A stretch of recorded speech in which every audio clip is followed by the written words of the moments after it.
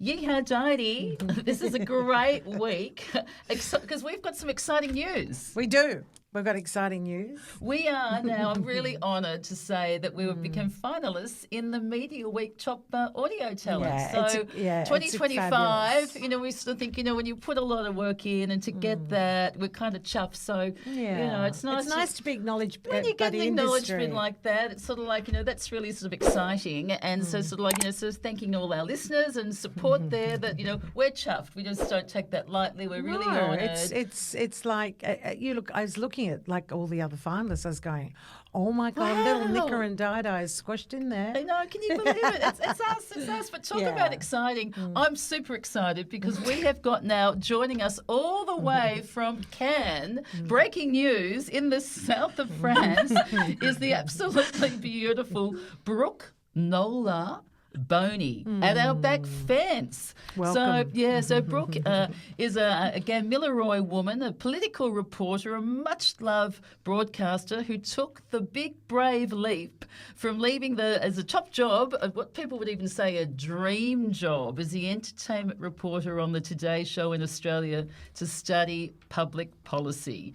Really, and also one of the world's most prestigious universities, Oxford. She's just released her debut book, All of It, and oh my gosh, didn't we love it? Yeah. Tears, laughter. I actually want to read it again. Highly recommend it. Look, we've admired her voice for years on ABC Radio, Triple J, and we are so excited to have you here. Welcome. Finally, it's happening to me. Nicola's been, I think of How anybody. long have I wanted Brook? I think out of anybody that out of the I know this is coming up to our third year, she said, I just want Brook. I've just got to have Brook on the podcast.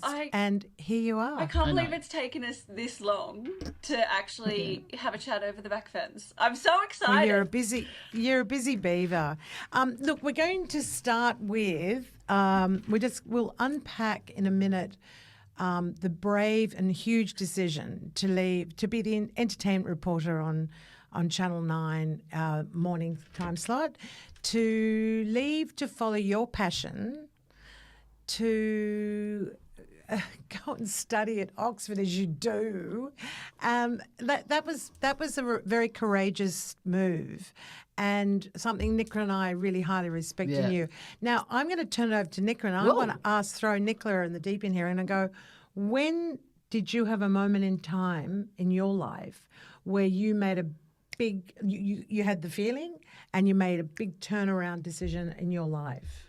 That's interesting you say that, but I would say for me, I flew for the airlines for something like over 3 decades. So it was a really long time. And so when I actually had that opportunity, yes, COVID happened, so it was like during then you weren't flying, but I had the opportunity then to leave and was offered a redundancy package. But I knew then also by leaving, that's leaving a lifestyle that I had from when I was 22. And I'd raised a family. I'd gone through so many things. It had always been such a big, important part of my life. So I didn't take it lightly. It was a big decision for me. And it was, look, honestly, the best decision that I made. But it also didn't come that simply. And yes, I was in a different stage of my life and I was in a relationship. I had a dog and the whole thing, your world had changed. But it was my decision and had to come from within. And you know what? And looking back, I never look back with regret. So But what about you, Di? Have you had anything? I think if I contemplate that big turning point of going against the river, like swimming upstream, I had a live television program for many, many, many years, and I won't say why, but there was all male board of directors that wouldn't. I had a young baby and I wasn't allowed to do something before a show, and I went, you know what? I'm out of here. And in those days, in the 80s, very few people had their own television shows, so it was quite rare. And I got in the car with the baby and I drove out of town, literally, and it was about half an hour before going to air. And I got home and just howled for 24 hours, and then I thought, this is going to be the greatest turning point of my life. You're going to make me cry. Yeah, no, because I thought It's huge. I ended up doing the midday show for 5 years of care and all these fabulous things that fit into my life having babies now because my world had changed. So sometimes when you think it's going to be, oh, what have I done? And all the gremlins coming in, the negative gremlins coming into play in your mind, it's ultimately going to be the greatest decision of your life. So listeners, we're sharing our stories before we enter into Brook's story, because I know a lot of you are listening right now, possibly in the same habitual moments in your life or sitting there and feeling like you're going backwards. Be brave. So someone that was brave, tell us about that story and how that came about, that you gave up that huge career. I just want to say, like, congratulations to you both, because I feel like when you step away from something like that, it feels like it's not just like, oh, this is a lifestyle change, or I'm doing something that sort of suits my hours better. Like, for jobs like that, and for like the one that I had, it's your identity. Like, you're stepping away from your own identity and like your idea of yourself and the way that everyone thinks of you. And so it's like, I don't know, it's kind of like you're shedding a skin or something by doing something like that. That's the way that I've kind of thought of it. Because it's not just like, oh, I'm moving from one job to another, like I'm just changing. It's a whole shift, right? Like, huge. At the time, I knew how big it was. Like, I knew that it was such a big decision to leave because there were so many people who coveted that job, and to have it, like, I felt so lucky. And there was never a time when I wasn't grateful for it at all. Like, I didn't think, oh, I want to get out of this. Like, this isn't my thing. I felt so lucky. But I think I got into a point where I was like, I know what the next 20 years of my life looks like if I stay in this. I know exactly what it looks like. And it's lovely. But there was something that I just felt really uncomfortable to sit with that. And there were so many things that I wanted to do. Like, I wanted to go and study overseas. I wanted to sort of learn all of these things and be tested in this environment where, you know, the brightest people in the world, you know, since the beginning of you know, education have been tested. Like, I wanted to be able to do that because I don't know, like, it had always been on my list of things to do. And I think if I didn't do it, I would have regretted that more than I would have regretted leaving the show, you know, so that the scales ended up tipping in favour of leaving because I was like, my regret would haunt me, you know. Well, and you know what, Brooke, too, you also did it when, how long were you, what, 3 years? How long were you? 5 years? 5.5 years. Five and a half years. So that's quite a solid time. True. But, you know, for TV too, a lot of people, they want to hang on to their jobs forever, and something like that, you know, it's a competitive game. And, you know, like, and so for you, I mean, you know, sort of thrown in from sort of like with your background, you know, you're the girl from Muswellbrook. It's just quite extraordinary, isn't it? Just tell us a little bit of your background, because, you know, you did Triple J. You know, just tell us a bit about that. Well, so when we were growing up, like, I want to be just so frank about this, because I think sometimes when people like look at the life that I have now, obviously, like, I'm in the south of France. Who do I think I am? Like, we grew up so poor. Like, we grew up in housing commission. Mum had nothing. And, you know, you would have read in the book that our life was really, really hard at times. It wasn't just that we were, like, financially poor. Like, she was in a really, really difficult situation. And, you know, to be able to sort of step away from that. And every time I've done something, I think, like, oh, that's, you know, this is the first time someone in my family's done that. And then the things kept getting bigger and bigger. And so, like, I didn't even finish high school, you know, like, no one in my family Trailblazer. It's insane to think of now. And I remember when I went to uni, I applied for uni when I was 20 or 21. And I had this really wonderful boyfriend at the time, and he'd studied journalism at UTS. And I thought, well, maybe I should try to do that. And we had this big thing happen in my family. And I thought, you know, no one is ever involved in telling Aboriginal stories with the full sort of context or with the full truth of the way that things happen. And so you end up with all these stories about blackfellas that are really negative and without discussing why the things happen. And so then it sort of ends up in this situation where you just have a negative perception of blackfellas. And I was like, we need to change that. You know, like, I want to be a part of telling stories about us. And there are so many wonderful Aboriginal journalists now, which is which is so great. Like, you know, a lot of them came through before me and a lot at the same time and a lot after as well. And so from there, every time I got something new, like a new job, I thought, oh my gosh, this is like quite incredible. I remember going down to Parliament House to work and being out on the campaign trail with Tony Abbott and Kevin Rudd in 2013.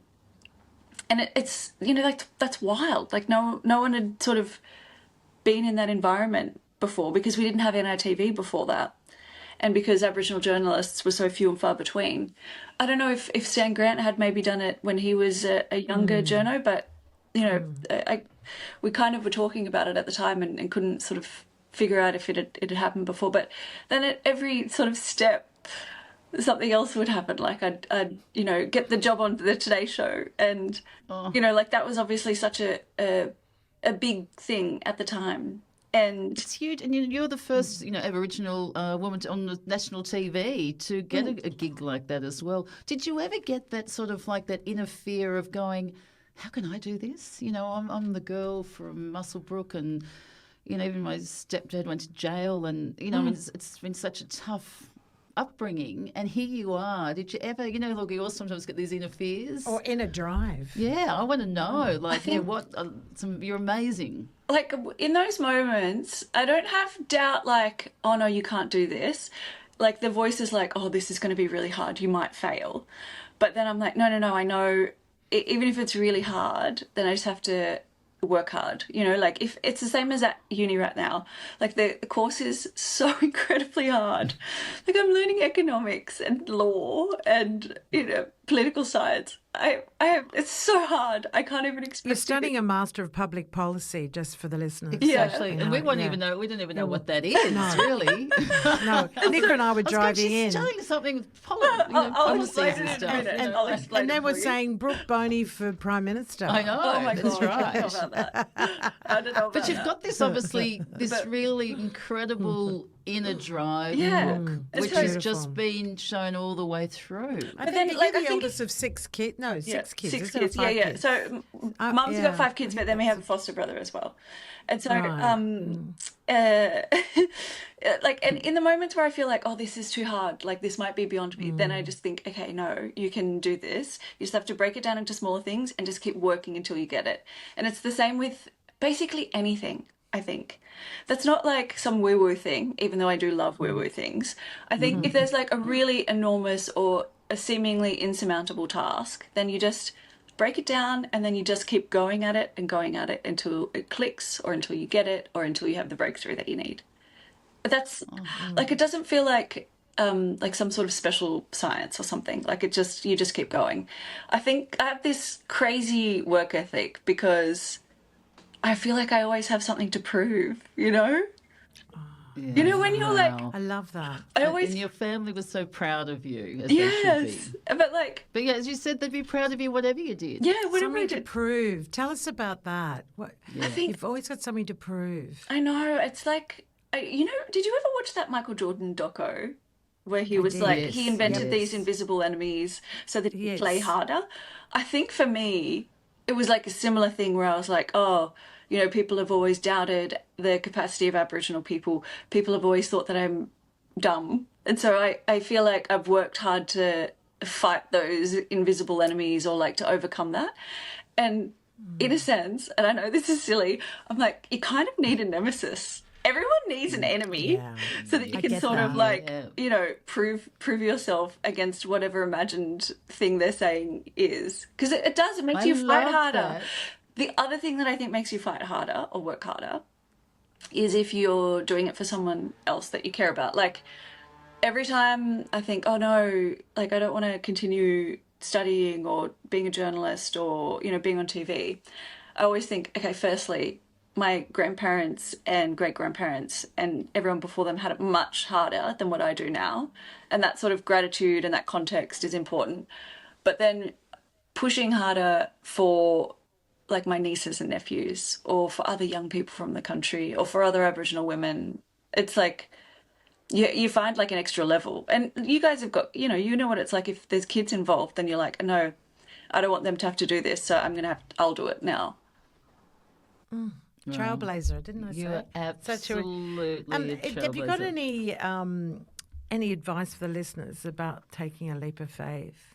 I mean, is it ever too late to reinvent yourself? No, I don't think so.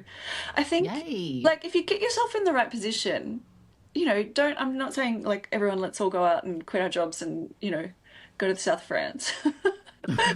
Sounds pretty lovely. We're on our way.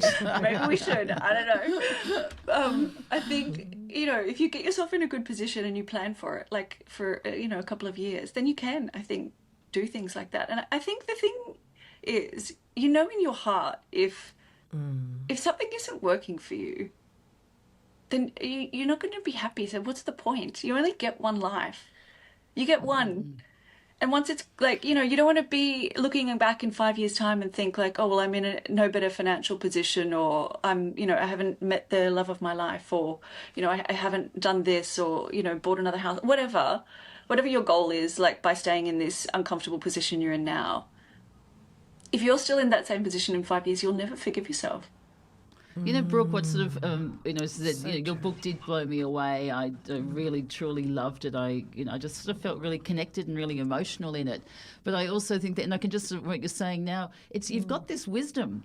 You've got a lot of wisdom. To me, it seems like still for a very, kind of young woman. Yes. It's like, you've had, decades and decades of experience. Maybe it is through your whole generation of, like coming through you. I don't know, but it really appears to me you've got so much wisdom for a young woman, and, boy, we're proud of you. But let's also tell a little bit about, like, from the girl, and then all of a sudden you're thrown in, and, the Today Show, and I can sort of say it because, I went out with Richard Wilkins, and so it was sort of like, then, and both sort of having, like, the gigs there, and I got a little bit of an insight of what your life was like, but I didn't certainly stand in your shoes too. But what was it like for you? You're getting papped, you're getting, what was it like? Well, like you've had a taste of that where your life all of a sudden it changes in a really, really drastic way really quickly.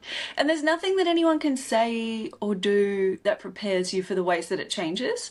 And I think, like, knowing what I know now about it, if someone would have said, hey, these are all of the things that are going to happen while you're there, these are all the ways that your life would change, I'd be like, are you mad? Like, I'm not doing that job. That's insane. Wouldn't believe it. Why would I? That's crazy. I get that. Because it's like there have been moments where I've been really, truly, like, tested. And, I think for me, I have that thing where if you have something to say, and this is in a personal context as well, if you have something to say, I can't help myself, I have to say it. I love that. Do you know what I mean? Where, like, if something is wrong... You're asking us? Yeah, I knew you would get it. I absolutely exactly. knew you would get Big it. sharers. Like, if there's something going on, you're like, no, actually, that's not right. Like, I feel strongly in my bones that I have to say something about this. So every time something would happen in the Indigenous space and I'd speak up, it came at, like, a great personal cost to me. Like, I'd get trolled and... I guess people would be like, well, does this woman ever shut up? All she does is whinge. But I felt like compelled to do it. Like I felt like a duty to do it. And I think, I'm way less brave now than what I ever was before I started. But I can't... Less brave. That's less interesting. Brave. Yeah, because I think I know now what the consequences are. And, like when you're under all that stress and all that pressure, and then you've got to get up at like 3:15 every morning, it's a lot. Like, it does take a toll. And I think even if you ignore what people are saying and you don't look at the comments or something, it just sometimes like seeps through. Sometimes like someone will call you and be like, oh, I saw that comment, or oh, I saw that article. And you're like, I'm trying to ignore it. Can you shut up? It's called dumping. Yes. You're like, thanks for that. Yeah. You made my day. Yeah. I think I think you copped it on many levels too. There and sort of. And being a younger and female and Aboriginal and sort of like that, it's then sort of like, glaringly that you're sort of like people can either admire you or else you're a target. And I really sort of think it's great. You've never been really afraid to sort of say that way. And I think sort of if you've got a message for people who sometimes you sort of feel you should speak up, but I won't because maybe we were conditioned as people pleasers. Don't speak up, don't air that or don't say that. What's your sort of lesson or something or opinion to tell people Yeah, I who think might be afraid to say something? like it is scary. I know that it's scary and I don't discount that, but I think like in the moments where I don't say things, that also hurts, you know, like it hurts me to not bring sort of justice or light to a situation. And so like you might swallow your pride or like, you know, hold your tongue or whatever the phrase is, but you know, that also does damage to you. So I guess it's just like, what sort of damage do you want to incur? The damage of like saying what the truth is about situations, or the sort of damage that you do to yourself by not speaking fully. And I think, there's all these like things about people being Karens as they get older. Yeah, we were just talking about that before. I feel like part of that is because for so long, like women are conditioned to not say anything, to not rock the boat, to hold our tongue, to like, not fully express ourselves because, you don't want to be seen as, as anything other than sweet and kind and pleasant. And eventually it just gets to a point where you're like, I don't want to do that anymore. Nah. Yeah. And you know what? I love that so much, Brooke, especially with, the younger generation from our point of view too, how you're not afraid to do that and you will speak up. And I think that's so good. And I like it now when people, with our generation are finally doing it as well. And I think when we get to our stage of life, we've got this inner confidence now that whereas beforehand we couldn't. Yeah. And it's like going, you know what, we're going to kick ass at any age. And also, you're sort of saying too, tell us about your girlfriend, Kirsty. Kirsty. I was literally just thinking about that. Because she was saying Kirsty. She's sort of like in our... Yeah, she'd be like around your age. Yeah. There's a part in there. 25. Yes, exactly. She's there's a part in the essay that I wrote about aging with her, and she talks about being a crazy Karen who like runs trolleys into cars in car parks. That's what I was literally just thinking of then. I love it. It's Kathy Letts said, do something outrageous every single week of your life. Yeah. Just be naughty, do something outrageous because, like what did you say before? Got one life. You only get one life. So the other day I went to a function with a friend of mine, this gay guy, and there's a guy who I had to sign into the building that we were going into, and he looked over and I was like signing my name, but my last name I put as my crush, or like this guy who we were joking about. Oh, and he no. was like, what? What? That's great. Like, it wasn't a serious crush. I was just like, oh, that guy's cute. Brooke Pitt. I love it. That is so good. Hey, you manifest things, so sometimes be careful what you wish for, Brooke. It may just That's happen. so good. See, you gotta be just a bit naughty. You do have to Don't be. hurt And, like, anyone. it doesn't Just hurt anyone. everyone. It's just silly. If you think of it, just do it. But Just then- for the fun of it and run away. Yeah. But then listen love to this. this. On the way out, one of our friends was coming out with us because we were going to another drinks thing.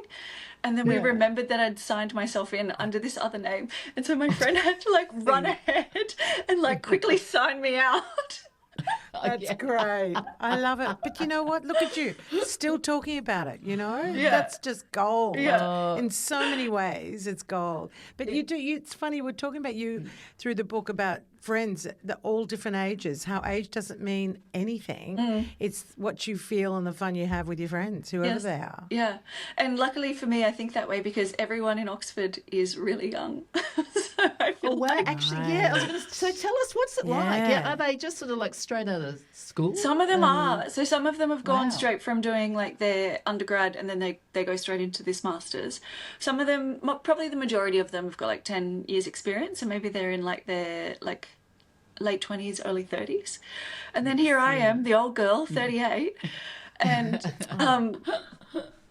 I keep up with them and I have so much fun. Of course you do. And they must love you as well. Oh, we have so intimidated much at fun. all. But I think because I act so much younger, they think I'm like the same age.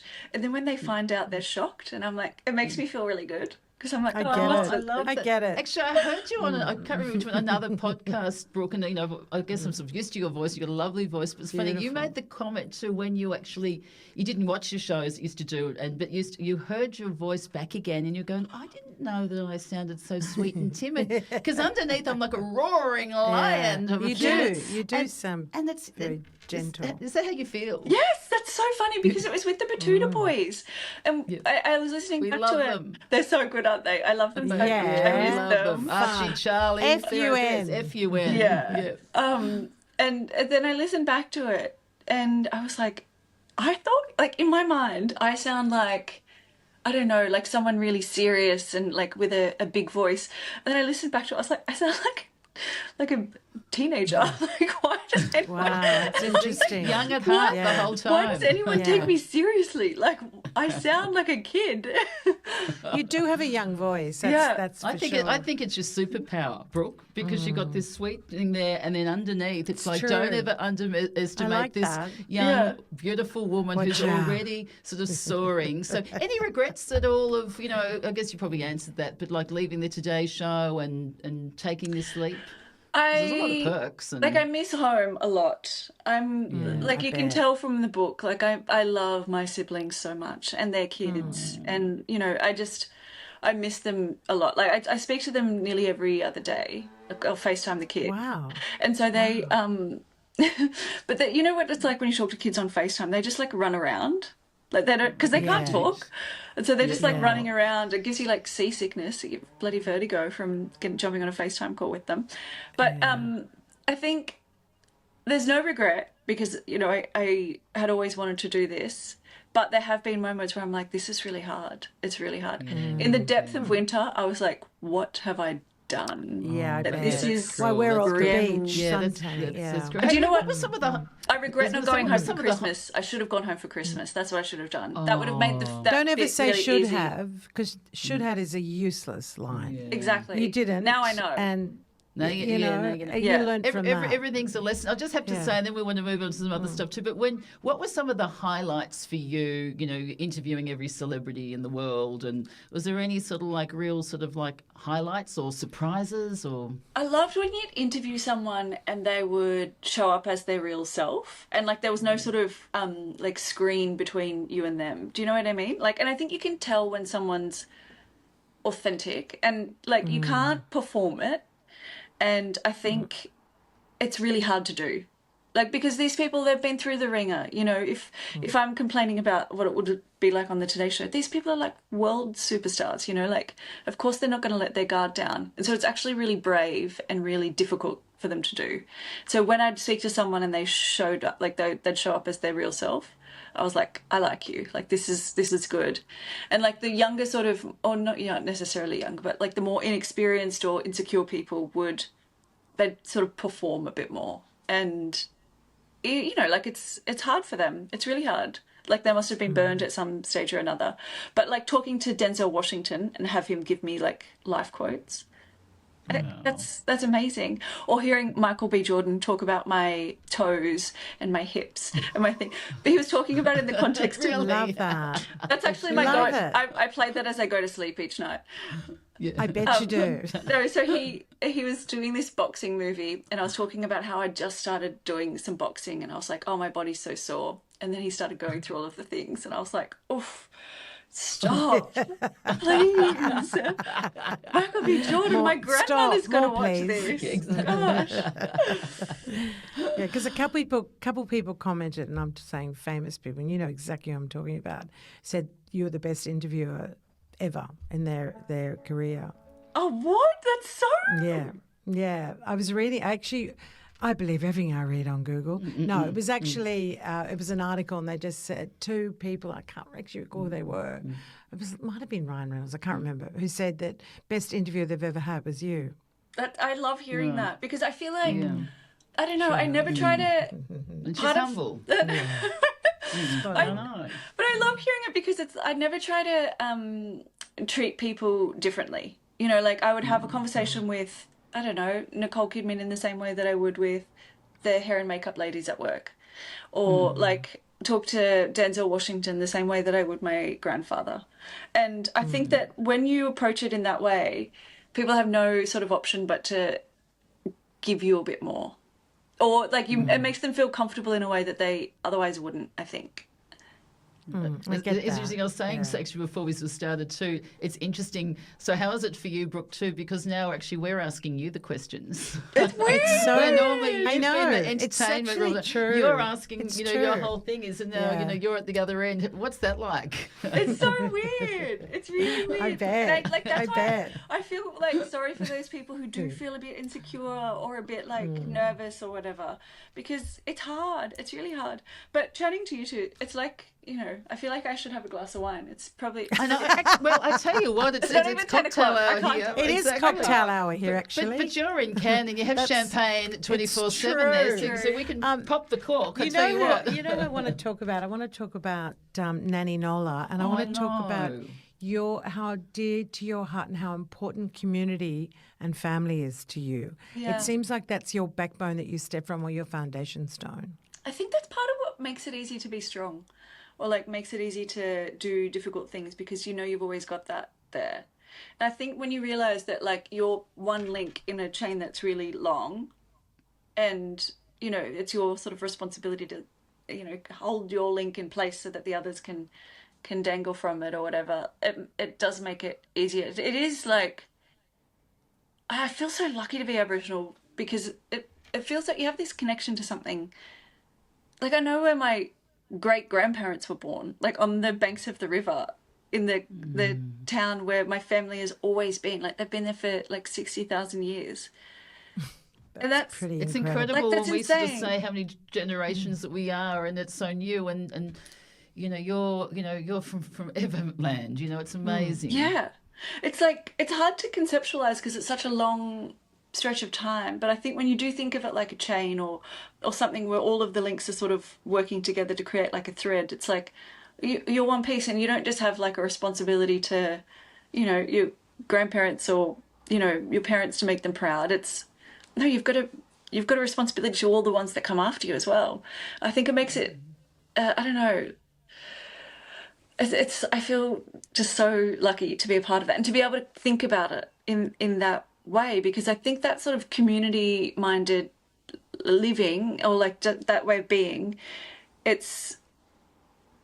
feel like we're missing it, And do you think we are missing it more and more in this world? Like with the swipe, with the everything's sort of like online and stuff too. That real what's really important in life, is sort of like your family or community or where you're from, or those it could just be two friends, or sometimes just those small things. It's called an It's like, anchor. It's the anchor what that's really lacking. is important to you. It's interesting, and my mum had said to me, she said, in just different times when I was sort of going through some difficult times in my life, and she said, Nicola, you come from a strong line of women, and she was, and so was my grandmother, and she said I was like a great grandmother, and I actually look a bit like them, and I certainly don't have the heritage like you, Brooke, but I do sometimes draw on that. It's interesting that you say that, and it does make you proud sometimes when you have to make tough decisions, or you feel times are hard. Yeah, if you're going through something that's really tough, and then you remember like what you're made of, like it's the exact same thing. It's wonderful, and I just wish that,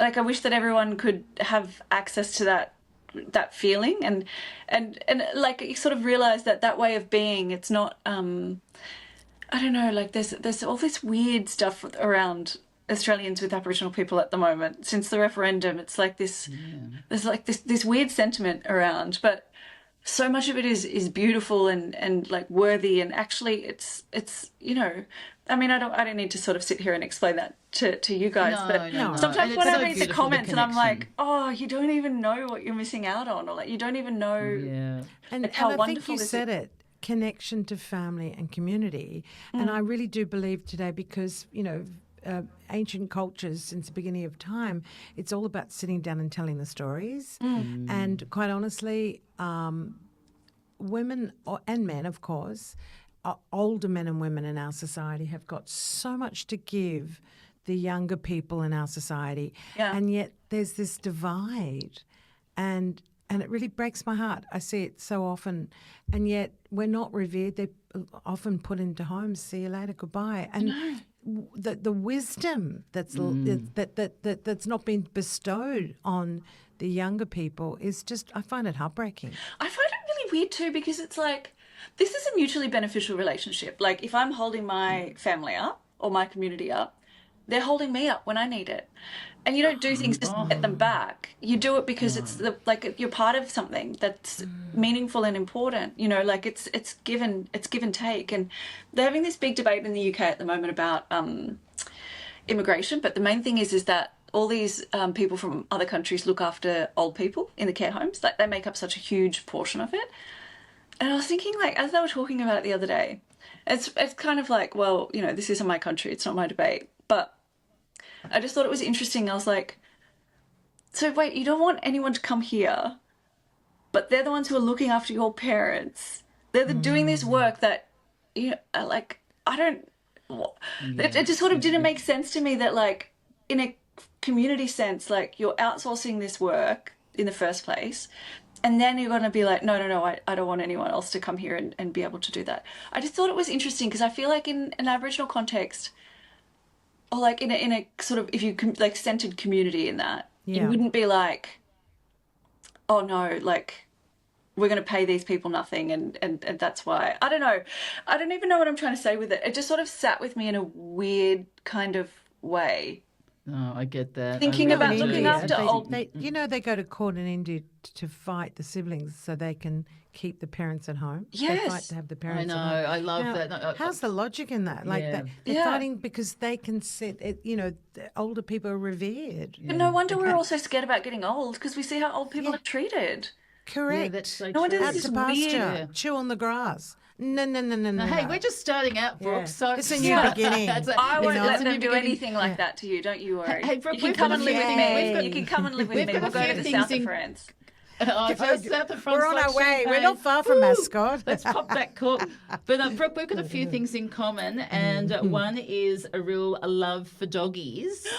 And I know I'm so sad that you've lost them now, and I guess the benefit is you've got the freedom of your way, and they lived a long life. But I love my dog Freddie, the cover dog, so much. I'm obsessed with him. But tell us why, and the passion you really truly have for your doggies and animals. Can I ask you, did you bawl your eyes out when you read that? Because I do every time I read it, even though I know it's I coming. cried. Yeah, so I cried throughout this book, and I laughed throughout this book, and it's it's a fairly short book It's as actually, well. It's just so all of it. All of it. The book, It's actually to me it was a bit like a hug too. It's something to a girlfriend when you're there, and Di and I have seen each other at the worst and crying over things or whatever. And your book was just like you just led us into your heart, knew who you are, and I loved it. Oh, the doggies. Thank you, Nick. The doggies, I just like. I don't know. You can't really explain it to people who don't have dogs, because you sound insane, but I love them so much. And even though they died, 3 years ago now, I still have dreams about them.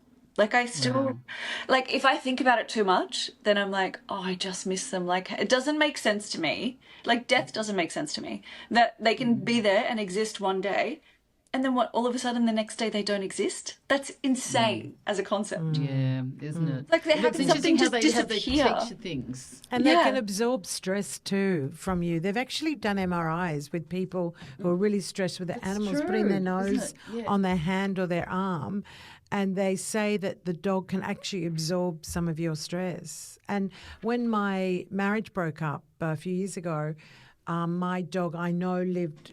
She was 19. 19. He lived. She lived that much longer to be with me through the tough times, and then we had to put her down because she was dying. And I mean, she was an interesting dog. Most of my other dogs were like, she was just a bit snappy, like, she'd bite the cleaner. She used to always pretend she wanted to get rid of it, like she'd dog park. It's for anybody, and she couldn't get rid of this dog. Go missing. She'd be back, right in the end. And she lived to 19. It was funny. And she was there to support she wasn't me. a pleasant dog, was she? She'd be growly. Bit that's snappy so Tom. funny. Yeah. Isn't it so funny? But tell us about your pugs. But why were they so important to you? Do you know, or is it just a feeling? Well, I think it's that thing, right? Like you're saying, you went went through the divorce and, you know, the dog was there, they go through everything with you. They don't judge you ever. Like, they just love you so much. It's like that unconditional love. Unconditional. Yeah. And, you know, like, I went through a divorce when I was 26 or 27. And, you know, like, I got them with my old partner. And so we, you know, we had them together. And then, so we were like a little family unit of 4. And then, you know, it was the 3 of us.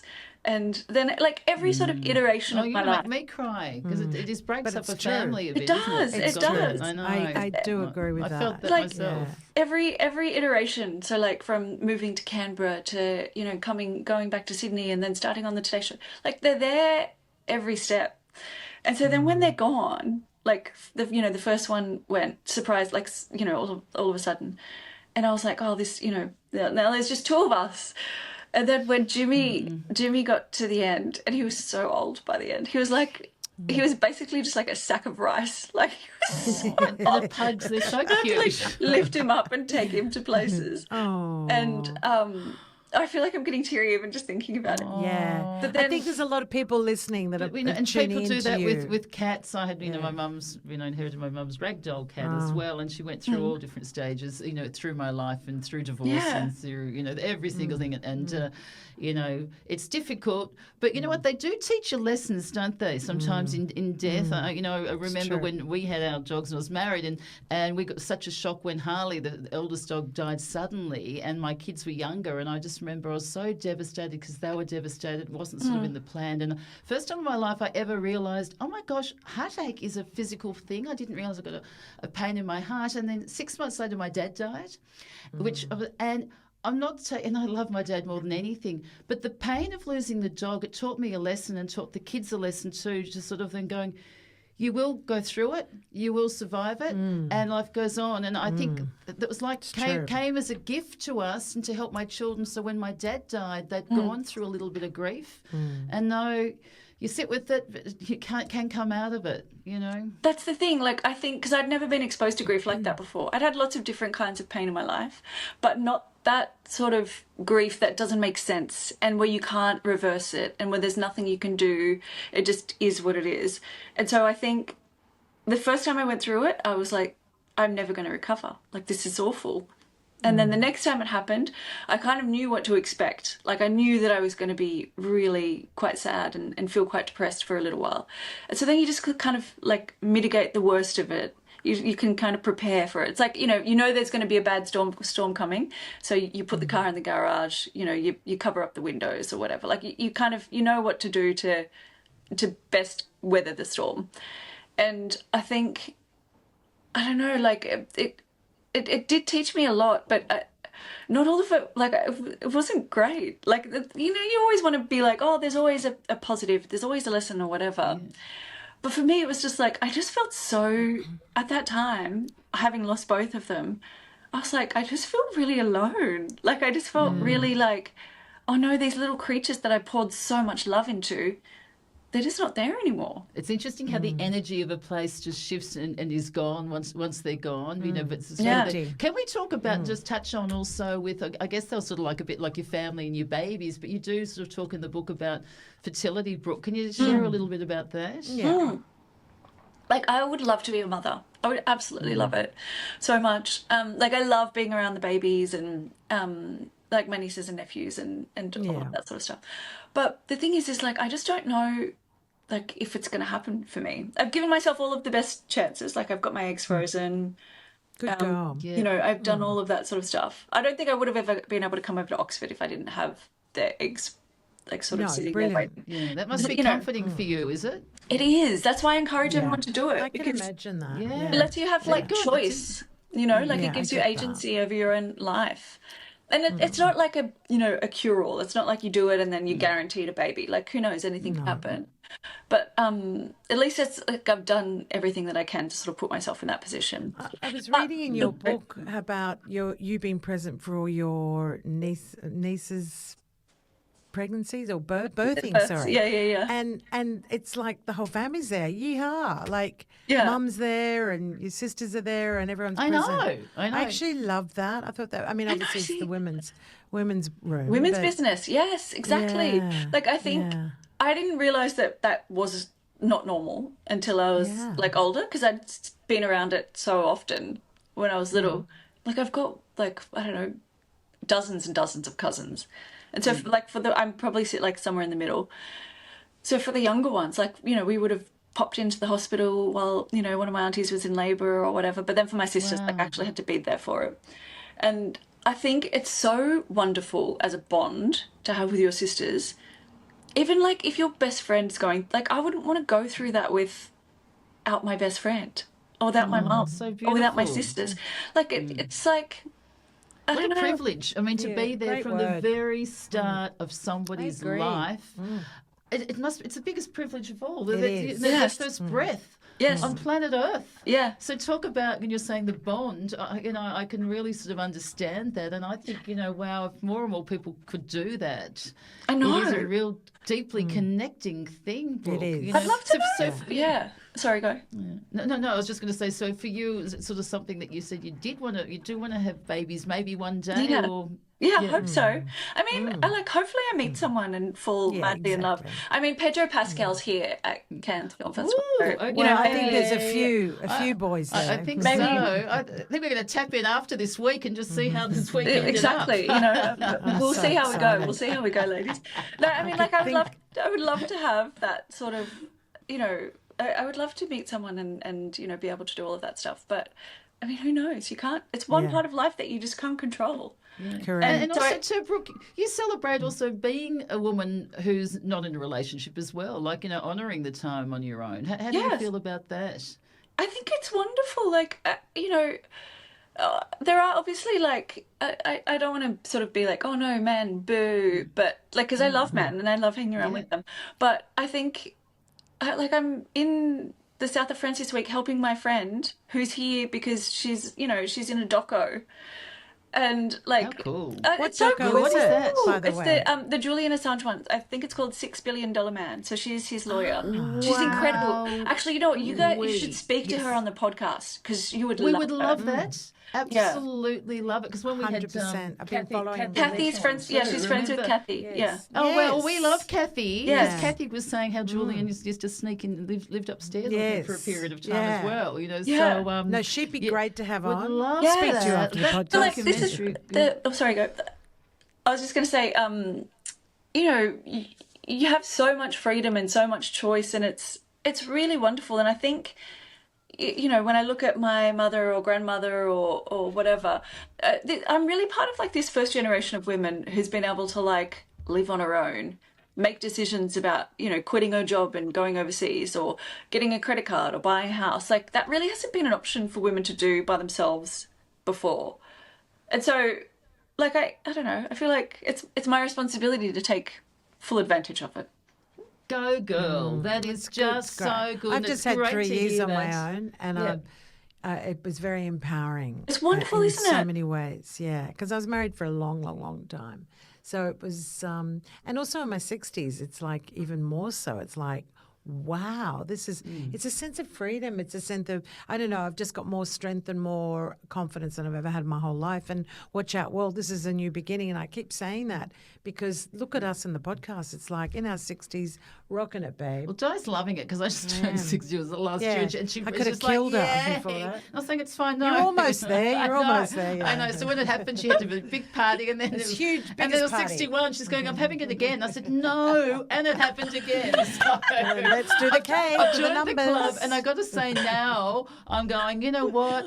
There are things talking about that inner confidence. Yeah. It does get stronger and stronger. And look, hey, you still get wobbled in life. You get things hit you, and you Sure. get all those things. You know, keep on happening. And I'm sure they will till the very end. But that inner sort of thing there, it's so good to see. I guess women of our age feeling that way. But you know, I love it so much and so passionately, Brooke.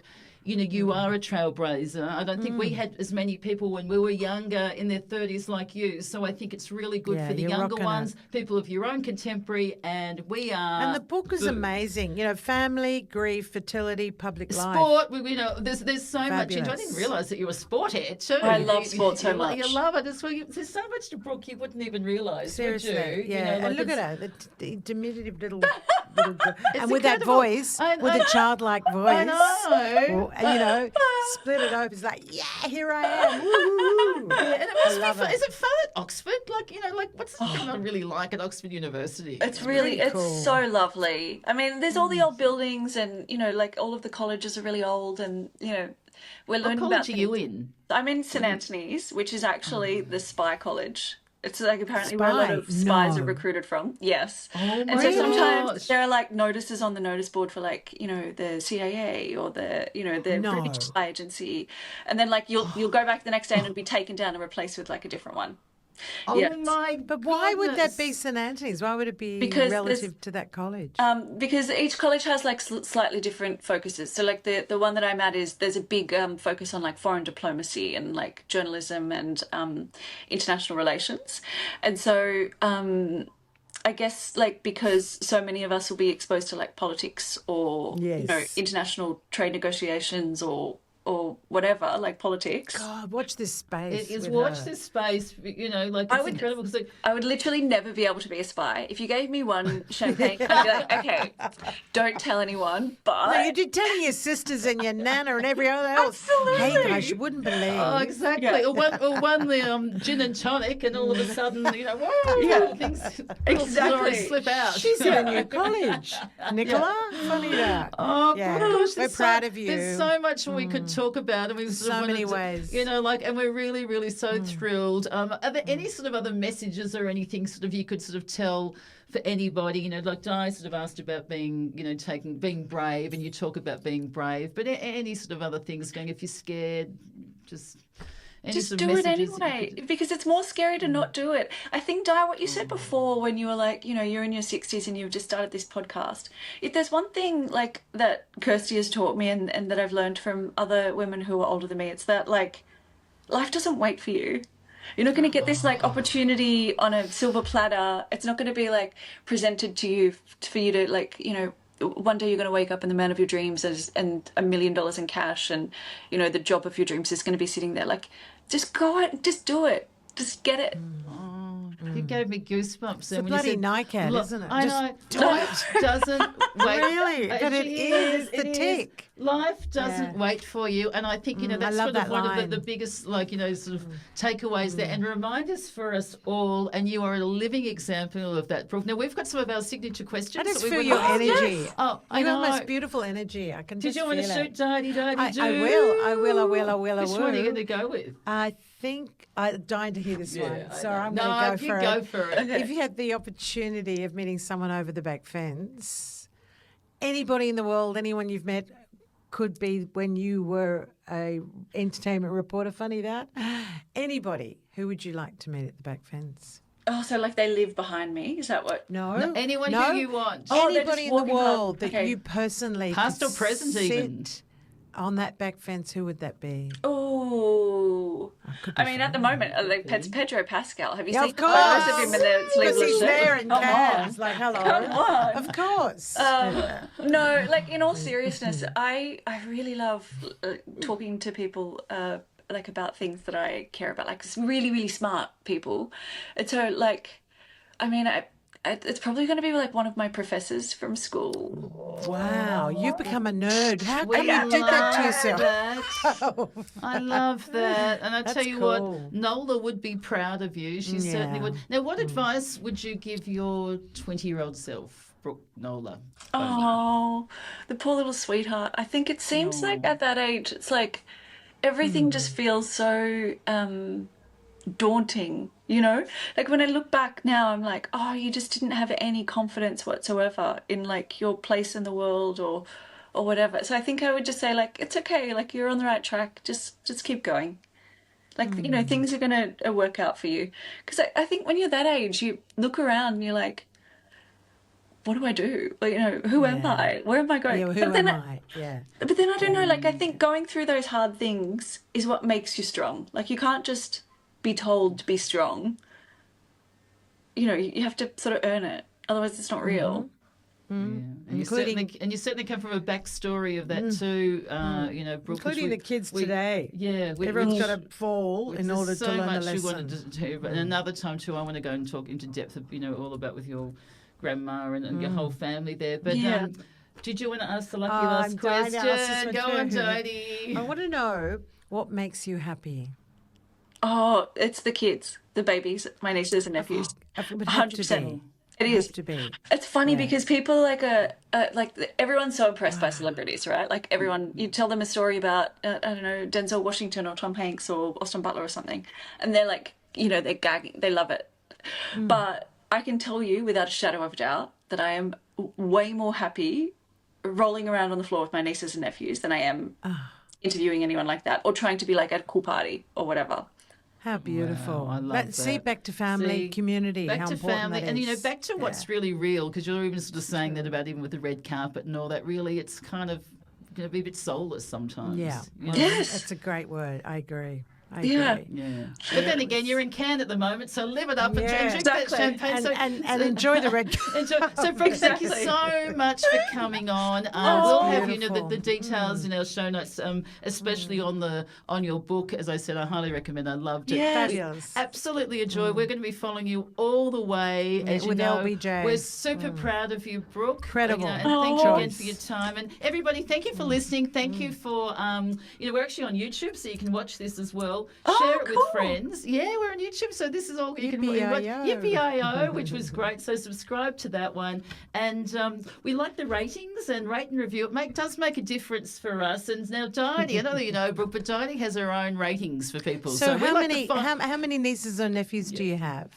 Okay, so wait, let me count. Oh, well, here we go. Mind you, I'm similar because I'm one Yeah. of 8. I know I'm going to forget one. This is awful. Throw that at I think me. it's 8. Okay, so you get 8 out of 5. Woohoo, stars. Reach for the stars. Hey, thank you so much, Brooke, We for adore coming you. on. You are Yeah. a beautiful soul, truly. You truly are. Yeah, living your best life. Go for it. Yeah, what a gift. Yeah, what a Yeah. gift. We'll be in your ears next week. Ciao, Yeah, look ciao. forward to Go. it.